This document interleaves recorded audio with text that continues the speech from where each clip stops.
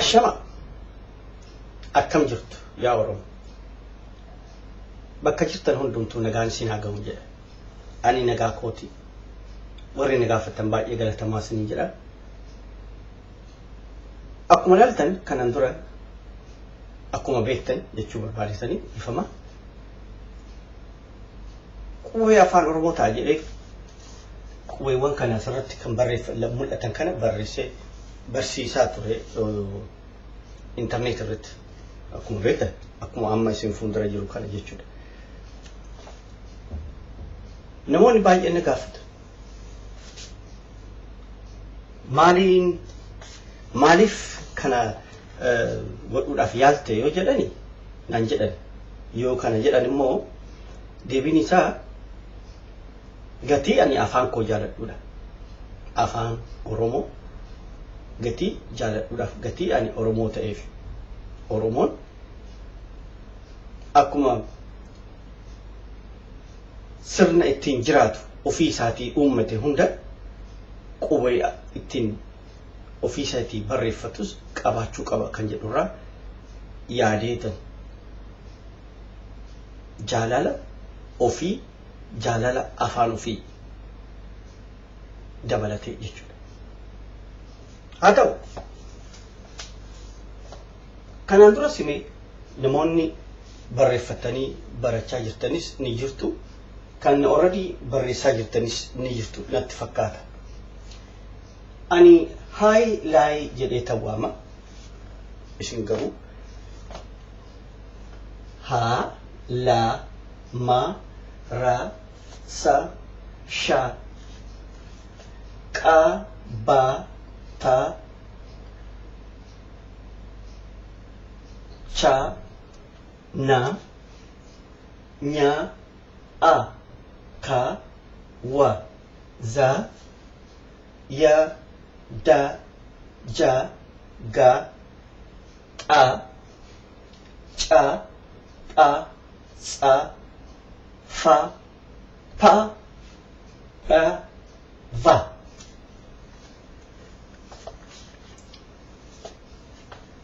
akkaataan itti teessoon isaanii akka afaan Ingilizii yookaan akka qubee Ingiliziitii miti akkuma akka qubee Laatiiniitii miti.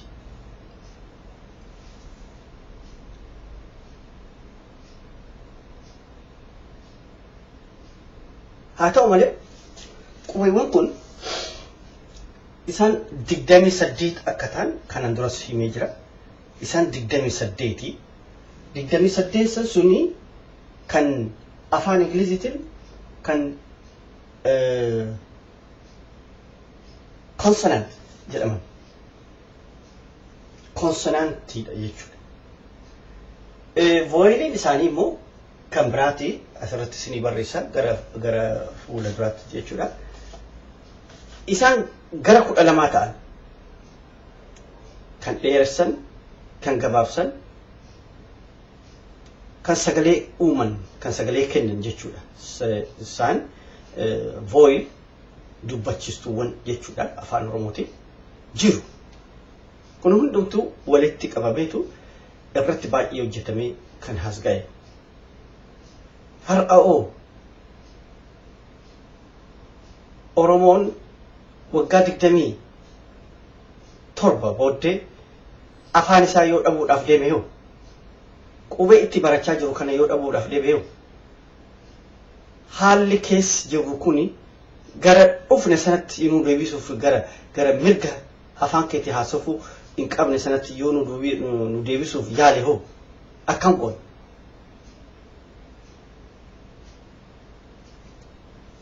Isarratti yoo yaallu ofii keenya kan ta'etti fayyadamuu ni dandeenya kan biraa hin barbaadu fudhatan. Afaan isheenuu jette duroo የተውሶ ይታጠባል ይመለሳል ታቆት ተኩሶ የተብሊ waan isaan nu kennan nurraa fudhachuu ni danda'u yeroo barbaadanti. Wuccuu fi qarshiin akkasumas waan sii kennamu hundumtuu sirraa fudhatamuu ni danda'a. Yeroo barbaadanitti sirraa fudhachuu danda'u.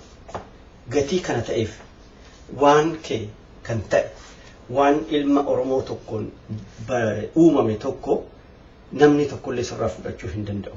haala kanaan laaluu isin barbaachisa. Haa ta'u malee hundumti keessanuu argitanii jirtu.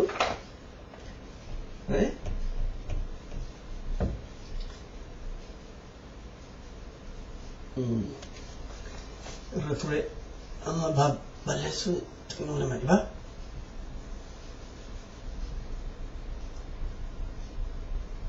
Isinitti kuni maqaa kootu asirratti barreeffame. Kun bara ani itti jalqabee bara 1994 jechuudha. Kan xumure immoo bara 2006. Akka barreessa tokko tokko irratti arginu bakka itti jalqabame bakka dhume yoo arginu laallu bakka namni sun itti dhalate yookaan bakka itti du'e waan himuu fakkaata. Lakki ani duune jira. Sorry. Akkasitti yaadina.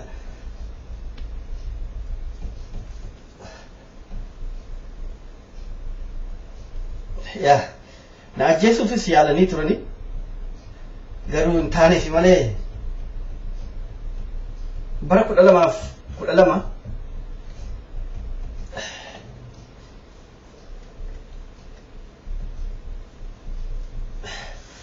mucaa koo fiduudhaaf biyya dhaqee ture.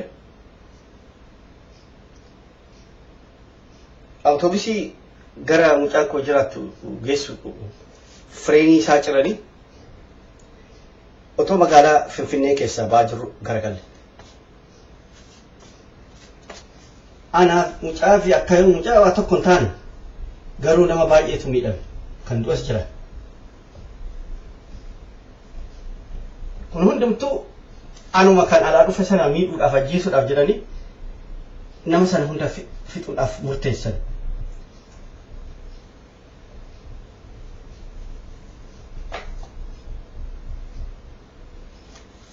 Kanneen dhibu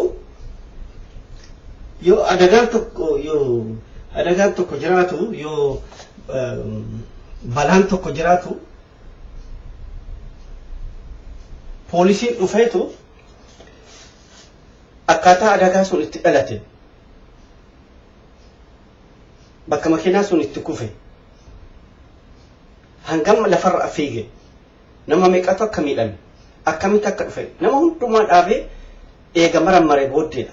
Eega gaafate booddeedha kan hundumaa gadhiisu. Garuu kan isaan godhan kan yeroo sana dhufaniitu awutoobisii karaarraa kaasanii deeman. Waa tokko goone. Because they know what they don't.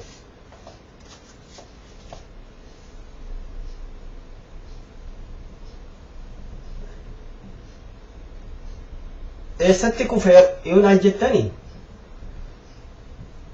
gafarsa achi dabarree otoo naanna'aa jirru karaan deemaa jiru gara Naqqamtee ture. Gafarsa naanna'ee otoo deemu irraa gadee takka irratti kontiroolii godhuu dadhabe shooferii. Kan itti yaadamee ture awutoobisii sana suuta jedhanii geessanii bakka allayyaatti irraa utaaluu ture. Garuu hin taaneef. Anga danda'e yoo awutoobisiin jara miliquu inni utaalee bade shoofertichi jechuudha konkolaachisaan. Nuti immoo akka tasaa ta'e ani yeroo kufu sana dhagaan nan bare kufaa jira jechaan qabadhaa sibiila qabadhaa jechaan jire ofii kiyyaa sibiila qabadhee mucaa koo harka tokkoon qabee walirratti kufne. Kufne garuu dhaan rarrahee hafe jechuudha barcuma si fuulduraa irratti.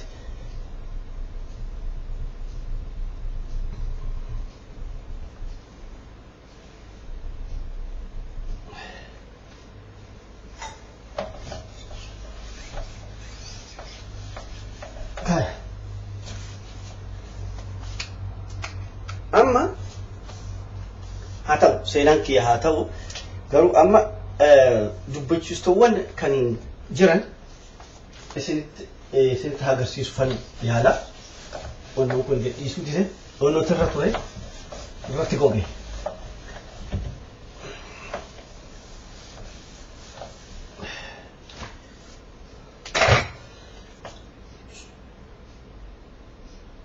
dubbachiistuuwwan isheen jalqabaa kana kan ittaantu ishee tana. Inni kun isa gabaabaa isa dheeraadha.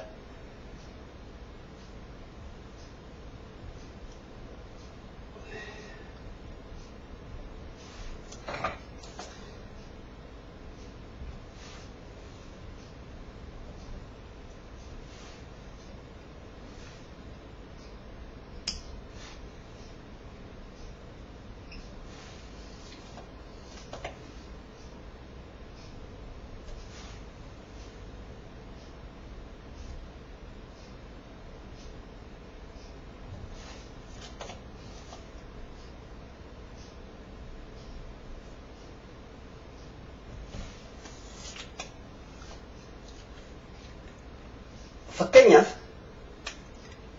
haa yoo jechuu barbaanne haa isa kana jechuudha.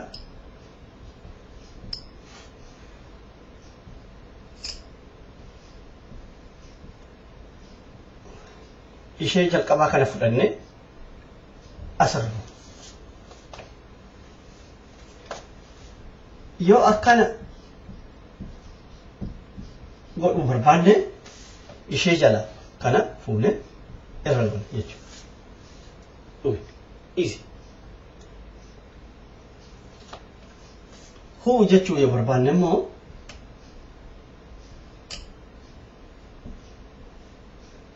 huu jechuuf kana huu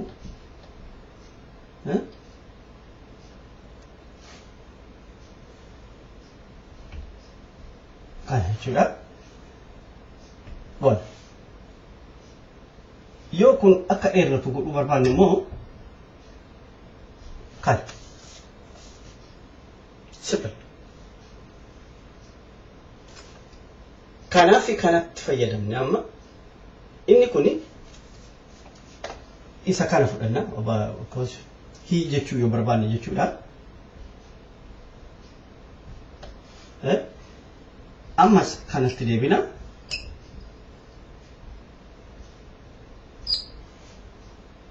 Yoo lama akka ta'u barbaanne simple. Argitanii baay'ee salphaadha. Yoo hee akka jechuu barbaanne hoo kana yoo barbaanne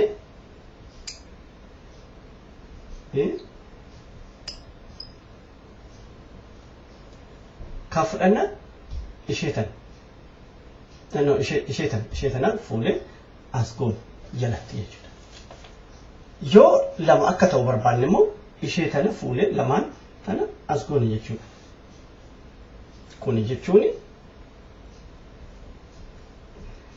double E lama goone jechuudha.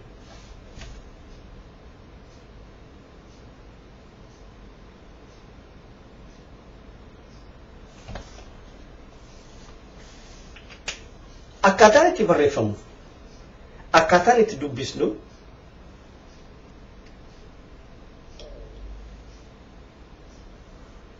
tokko akka afaan Ingiliziitti miti. Afaan keenya akka phonetic jedhama.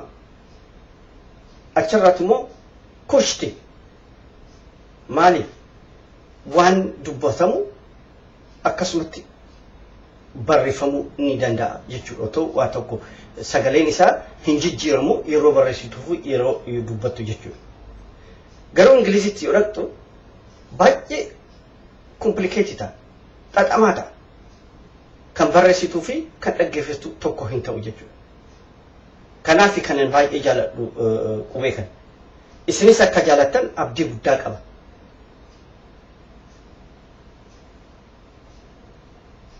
Yoo afaan keessan jaalattan waan ilma Oromoo tokkoon dhalate hunda jaalachuun dirqama Oromummaati. Kanaafuu yeroo biraa dhufeet kan itti fufa kan hafe irratti jechuudha. Garuu amma yerootu yeroo dhumte yeroo sanatti fayyadame nagaa isin jedha nagaan tura.